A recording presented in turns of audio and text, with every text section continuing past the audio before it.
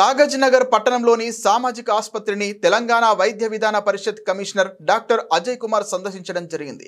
ఈ సందర్భంగా ఆసుపత్రిలో అందుతున్న సేవలు మరియు లోపాల విషయంలో కూలంకషంగా చర్చించడం జరిగింది.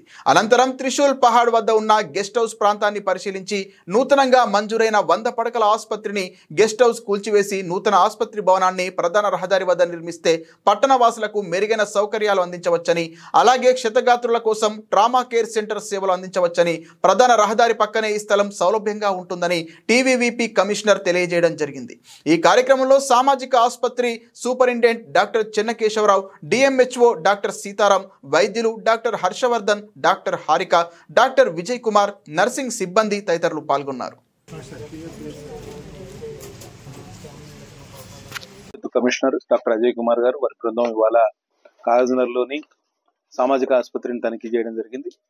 ఇక్కడ ఉన్న అవుట్ పేషెంట్ సేవల విషయంలో కానీ మిగతా సేవల విషయంలో కానీ సమీక్ష చేయడం జరిగింది. మా ప్రధానంగా వారి దృష్టికి 3-4 అంశాలు నేను కూడా తీసుకురావడం జరిగింది. ఒకటి, కాగజ్ నగర్ పట్టణంలో ప్రధాన ఆసుపత్రి ఇది.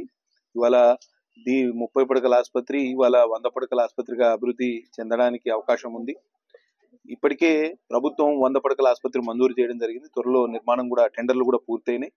ఆ ఏరియా హాస్పిటల్ కన్వర్ట్ చేయడానికి పూర్తి స్థాయిలో చర్యలు తీసుకుంటామని వారు చెప్పడం జరిగింది. రెండవది, ఇక్కడ సిజేరియన్ సెక్షన్ గర్భిణీ స్త్రీలకు పూర్తి స్థాయిలో సేవలు అందాలనంటే ఇక్కడ డెలివరీ ఆపరేషన్లు, నార్మల్ డెలివరీలతో పాటు సిజేరియన్ సెక్షన్ కూడా చేయాలని వారిని కోరడం జరిగింది.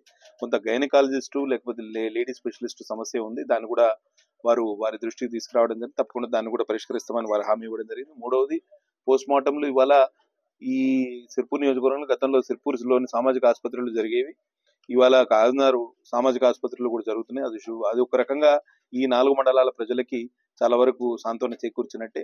ఇంకా కొన్ని అడిషనల్ గా కొన్ని సమస్యలని అవుట్ పేషెంట్ సేవలు కానీ ఇన్ పేషెంట్ సేవల్లో కొన్ని ల్యాప్సెస్ ఉన్నమాట వాస్తవం. వాటిని కూడా సరి చేసుకొని తప్పకుండా వైద్య విధాన పరిషత్ ద్వారా ఈ బెజ్జూరులో 30 పడకల ఆసుపత్రి మంజూరైంది. కానీ కొత్త బిల్డింగ్ 2015లో శంకుస్థాపన చేశారు.